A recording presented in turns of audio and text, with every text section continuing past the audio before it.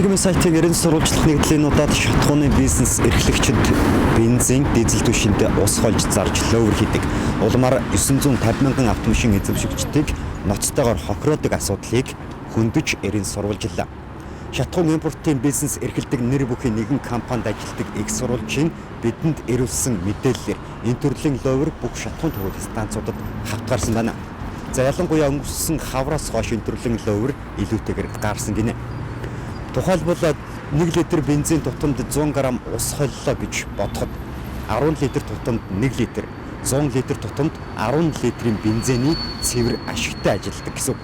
Харин энэ ловрын хохирогч болсон жолооч нар бензин гэж итгээд ус автомашинда хийснээрээ автомашин хүчгүй болох доголдох бензин ноцоос нь ажиллагаагүй болох зэргээр автомашин эд хөрөнгөөр хохирдог байна. За өнгөрсөн 8-9 дугаар саруудад энэ төрлийн гэмтэлтэй автомашинууд засварын газруудад хэд хэдээрээ очрлож байх болжээ. Түүнчлэн их сурвалж ус хол хууль явц их багаас хамаарч 2 дамжлагтай явагддаг. Удирдлагууд шатхуундаа ус холж арвижуулах үүргүүл нөөцийн агуулга дээр холно. Нэмээд нафта керосин гээд хүмүүсийн мэддэг нэмэлтүүд холж шатхуун ус хоёроо уусгадаг. Мөн салбар шатхуун түгээх станцын ахлах түгээгч нарч ус холдог. Шатхуун түгээх станцуудад тооцоо дутах асуудал гардаг. Тиймээс тооцоог нийлүүлэхийн тулд өөрсдийн дутаасан шатхуунаа усаар нөхдөг гэсэн үг хэмээн тайлбарласан. За мөн тэрээр энэ асуудал маш өндөр нууцтай байх ёстой. Хэрвээ задруулбал ажлаа алдахаас хэцүү юм болно гэсэн тул түүний нэр ажил албан тушаалыг нууцлсан болно. Шатхуун дизель түвшиндээ ус холж зардаг ловер ингэж нууцлалтаа явагддаг байсан ч өнгөрсөн 9 дугаар сард шудраг өрсөлдөөн хэрэглэгчийн төлөө газрын шалгалтаар илчлэгдсэн юм.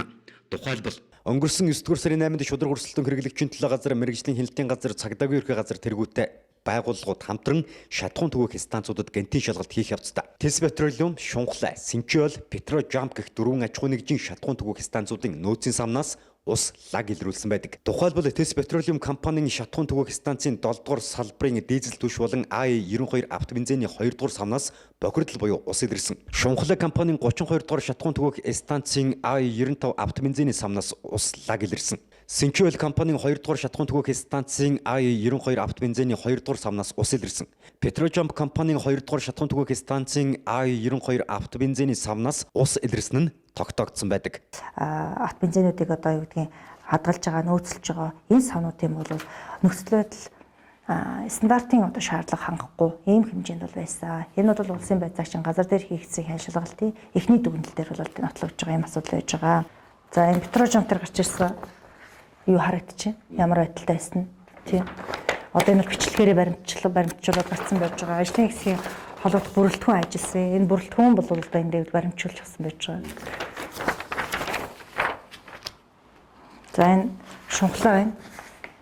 Ингээ одоо яаж гарч ирсэн бэ? Одоо энэ өөрөө энэ хүн нь бол барьцсан зогсож штэ тий. Ийм байдалтай байгаа штэ. Тийм ээ. Нөөцлөх сав бол өнөөдөр ийм байдалтай байна. Тийм байж юу болох юм уу? Дээрх 4 аж ахуй нэгжийн шатхуун түгээх станцуудын нөөцийн савнаас ус илэрсэн нь ингэж нотлогджээ. Өөрөөр хэлбэл ус холилдсон шатхуун зарж байсан нь илэрсэн хэрэг. Гэвч хэрэглэгчийн эрхийг хамгаалдаг, хяндаг, шалгадаг эрх бүхий байгууллагууд шалгалт хийгээд ус илрүүлсэн тухайга ингэж зарлаад байхад дээрх компаниуд харин хүлээн зөвшөөрөхгүй, хариуцлага тооцоолохгүй заргалдаж байгаа. Жишээ нь дээрх 4 аж ахуй нэгжийн нэг Синчол компаниас шатхууны нөөцийн савнаас нь ус илэрсэн асуудлыг тодруулахад ямар ч ус байхгүй хэмээн эрс няцаасан юм. Манай бензинд бол устай байсан гэдгийг нь бол судлаа гэсэн гэж үү. Бидний шинжилгээний хариу. Өөр одоо 10 жил бензинтэй бол ямар нэгэн зүйл хэлдэг. Үгүй. Юу ч. Багхгүй шүү. Угаасаа бүх юм гайл дээр мэдүүлэгдэж орж ирж байгаа. Боломжгүй хэлж. Бид нар бодохдоо ерөөсөө яарч дүгнэлтээ гаргасан гэдэг. Яарч хэлэх юм баг байсан. Хэлхийл юм ирсэн. Юунд яах болов? Өөрөөр би эцэгэн дүгнэлтээ гаргаж амжихгүйгээр өнгө шийдвэр гаргасан гэсэн. Шатхуун түгээх станцын шатхууны нөөцийн савнд ус орох ямар ч боломжгүй. Өөрөөсөө ус холиогүй юм бол шудраг өрсөлдөөн хэрэглэгчийн төлөө газар, мэргэжлийн хяналтын ерөнхий газрын ус илэрсэн гэх хариу хаанаас гарсан хэрэгвэ? Шудраг өрсөлдөөн хэрэглэгчийн төлөө газар, мэргэжлийн хяналтын ерөнхий газрын байцаагчид нь худал мэдээлэл хийсэн үү? Эсвэл 4 аж ахуй нэгж шатхуундаа ус холсноо нууж, ус илрэх боломжгүй гэж гүрийгээд эрх мэдэл нөлөөллөө ашиглан хэргийг хахаар санаархаж байна уу?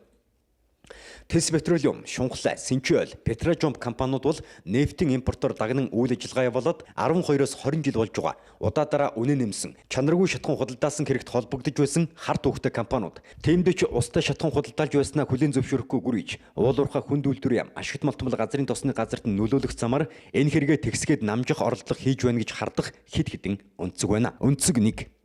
Шодрог өрсөлдөөн хэрэглэгчийн төлөө газар мэрэгжлийн хяналтын ерөнхий газраас өнгөрсөн 7 дугаар сард гайл дээр шалгалт хийж хилээр орж буй нефтийн бүтээгдэхүүнээс дээж авч уул уурхай хүнд үйлдвэрийн яамны харьяа ашигт малтмал газрын тосны газрын лабораторид хүргүүлсэн байдаг. За гэвч тус газраас одоо хүртэл дээжийнх нь хариу гаргаж өгөөгүй байгааг шодрог өрсөлдөөн хэрэглэгчийн төлөө газраас мэдгдсэн.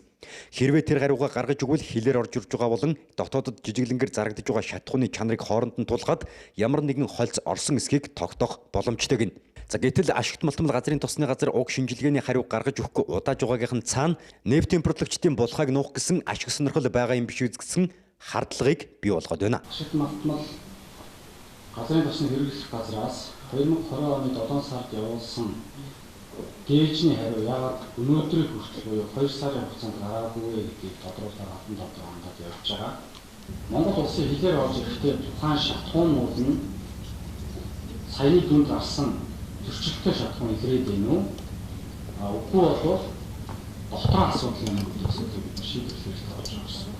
За үүний дүнлтийг гарах хэсэг нь ингээд 2 сарын хугацаанд 7 сарын 9-ноос хойш хүлээлтсэн байна. Ашиг мэтгүүл газрын тосны хэрэглэх газрын хүлээлтэж байгаа байна. Бодит байдлыг бид хаасан хэлж байна. Өнцөг 2.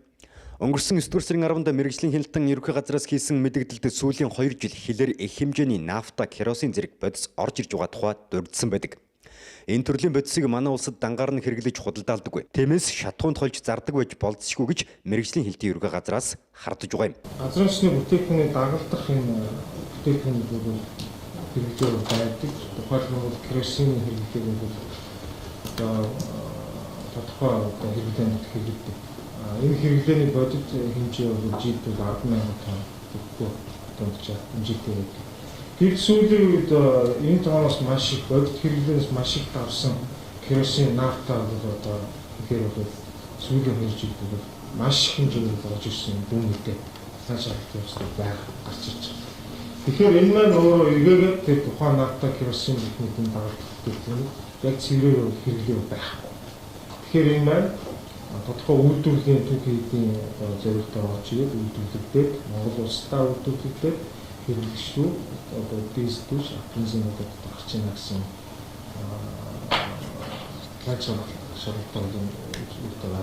Өнцөг 3. Устай шатхуун автомашины банкнд орвол тухайн автомашин хүчгүй болох мотор нь доголдох зэргээр шууд нөлөө үзүүлж эцэст нь бензин нацуус нь ажиллагаагүй болдог гэдгийг техникийн наацхийн мэдлэгтэй хүмүүс шууд хэлнэ. Усны холцтой чанаргүй шатхуунаас болж автомашин эвдэрсэн тохиолдол олон байдаг ч заргалдаад ямар ч нэмэргүй байдаг. Тиймдээ ч автомашин эвдэрсэн бол засварын газар засуулаад устай шатхуунаар банкад өргөж чимээгүйхэн явахаас өөр сонголтгүй. Одоо тийм колонкууд ч одоо тийм устай бензин, хогтой бензин актаан дээшлүүлэгч юм хөө холцсон юм зөндөө зардээ. Тэрийг бол хүн болгоо мэдж байгаа мөртлөө тэр колонкоос бензин авдаг. Тэгэхээр тэр колонкуудыг тэр нөгөө түлшнийхэн сав нь бохор байна. Тэрийг муу цэвэрлж байгаагаас гадна. Тэгээд ашиг их олохын тулд бас ус холж гин, актаан дээшлүүлэгч холж гин. Одоо 76 дээр актаан дээшлж байгаад 92-ийг зарж гин. Янз бүр байгаа. Тэгээд одоо Монголд бол ихэнх нь Японд хэрэг ундаг. Тэгэхэд муу бензин колонкоос авлаа гэхэд хамгийн наад зах нь юу яа? Машин доголдно, бижигнэн. Шаталтан нөө сэвчэн чи очлорын чи нөгөө юу нэ? Шаталтан дутуу өгөхөөрөө бензин доголд. Тэгэхээр нөгөө гадартайгаа заргалтаар хүмүүс заргаа авч чаддгүй. Тэгээд тэр чин нэгдүгээр тэгээ доогол үүснэ. Тэгээд тэрийг айлгаад явж итэл нөгөө бензин ноцоос чинь бензиний чинь ноцоосоо цахилгаанаа түлхэж өгч байгаа болохоор бензин ноцоос бас муудна. Тэгээд тэр муу бензин чи дотроо ороод шаталтанд ороод ирэхээр моторын чи данг болохоо яагаад тэгээд дээрэс нь эдэлтэн нөлөөдөн, нүүрсэн янданд нөлөөдөн, утаа эдэлтэн янз бүр. Тэрийг болохоор хүн болгон тэгээд заргалдаад яваад зав байдгүй. Тухайн үрт нь бас юу гэдэг энэ яг бензинээс болчлоо гэдээ онцлуулаад яваад байдаг хүмүүс нас цөөхөн. Би өөрөөсөө энэ Сод Монголоос бензин байга авдээ. Зүгээр энэ ч доголдгоо машинтаа өөрийнхөө машинтаа гарч яваад Сод Монголоос нэг бензин хийгээл хөдөө доголдсон. Тэгээд шууд муу бизнес шахахтаа тэр нь миний сэвчээ гадуур шаштаага хийж байгаа. Тэгээд би өөрөө дэргүүрээ шатж гин гэсэн үг. Дэргээ би худалдаж авна. Дараах ингэсэн байна тэгсэн байна гэхээр манайх тийм байхгүй би маргааш өгдөө зарах ихэд тийм байхгүй гэж байна. Энэ манай Монгол сайн бензин гэж бирэн байд юм уу хүн би бол тэр бас сайн олж мэдэхгүй байна. Онцөг 4. Тэс петролиум, Шунхлаа, Синчуэл, Петрожомп компаниудын шатхуун түнхэх станцаас ус илэрсэн тухай шалгалтын хариуг олон нийтэд зарлан өгц. Уулуурхай хүнд үйлдвэрийн яамнаас шудраг өрсөлдөөн хэрэглэгчийн төлөө газарт албан бичиг илгээж, дээрх дөрвөн компанийн асуудлыг чимээгүйхэн дарах оролдлого явуулж эхэлсэн тухай тайлбарыг өгч байсан юм. Тэгээ яагаад энэ одоо нөхцөл байдлаа эвлэрэхгүй янз бүрийн байдлаар одоо өнөөдөрхөд уулуурхай хүнд үйлдвэрийн яамнаас ч гэсэн бичиг ирсэн байгаа шүү дээ. Та бүхэн бас энэ өөрсдөө хяналтын үйл ажиллагаандаас анхаарч ажиллаач.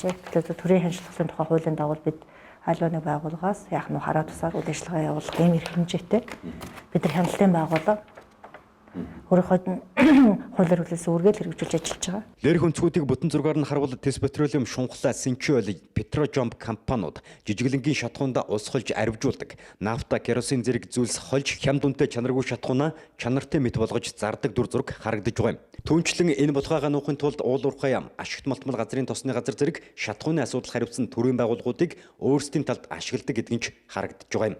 За тэгвэл шатхуун түгээх станцийнх нь нөөцийн цамнаас ус илэрсэн цаашлаад шатхуундаа ус холиод зарж байсан байж болзошгүй. Тэс петролиум, Шунхлаа, Синчуэл, Петрожомп компаниудын цаад эзэд ямар эрх мэдэлтэй нөлөөтэй эрхмүүд байдгийг танилцуулъя. Устай шатхуун борлуулсан гэх дөрвөн компанийн эзэд хинбэ? Тэс петролиум компани нь 2000 оноос үйл ажиллагаа явуулж эхэлсэн. Үүсгэн байгуулагч цаад эзэн нь улсын хурлын гишүүн Баттамар. Түүний хөрөнгө орлогын мэдүүлэгт Тэс петролиумаас гадна Оймбир, Мондем, GML зэрэг олон компани байдаг. Тэрбээр 2018 оны 10 дугаар сард өөрийн эзэмшдэг Мондем компаниараа дамжуулан жижигдэн үйлдвэрлэлийг хөгжүүлэх сангаас 300 сая төгрөгийн хөнгөлөлтэй зээл авсан тогтоогдож байсан. Жижигдэн үйлдвэрлэлийг хөгжүүлэх сантай нэр холбогдсон улсын хурлын 14 дахь гишүүн. Түүнчлэн шинжилгээний засгийн газрын үед үн тогтворжуулах хөтөлбөрөөс Оймбир компанида 7.2 тэрбум төгрөгийн зээл авч байсан ч шатхууны үнэ буулгаагүй харт үхтэй. Шатхуун түгээх станцуудаараа устай бензин зарж мэдэх хуудуудаа тэр нь элэрмэгц хав дарах хэмжээний эрх мэдэлтэй нөлөөтэй эрхэм. Шунхлаа компани нь 1993 оноос үйл ажиллагаа явуулж эхэлсэн. Үүсгэн байгуулагч нь улсын хурлын гишүүн гэсэн Батхүү. Одоо Шунхлаа группийг түүний дүү Батцайхан толгойлж байгаа. Мөн удирдлагын толгойд нь Батхүү аксны хүү Ганхуулаг болон түүний дүү Батчмаг нэр ажиллаж байгаа. Тус группийн салбар компаниуд нь Монголын топ аж ахуйныг жишээлдэг татвар төлөгчгээд олон гоншилтай сайн нэртэй байж болох ч шатхууны бизнес дээрээ сайн нэртэй байгаагүй. Тухайлбал 2012 онд үн тогтворжуулах хөтөлбөрөөс 35 тэрбум төгрөг авсан хэрнээ жилийн дараа буюу 2013 онд шатхууны үнэ нэмсэн. Улмаар шудраг өрсөлдөөн хэрэглэгчийн төлөө газраас торгуулж байсан удаатай. Түүнчлэн 2018 оны 12 дугаар сард стандартын шаардлага хангаагүй AI-92 автомобиль борлуулсан асуудлаар 9 сая төгрөгөөр торгуулж байсан. Петрожомп компани нь 2008 онд Jump компанийн охин компани болж байгуулагдсан.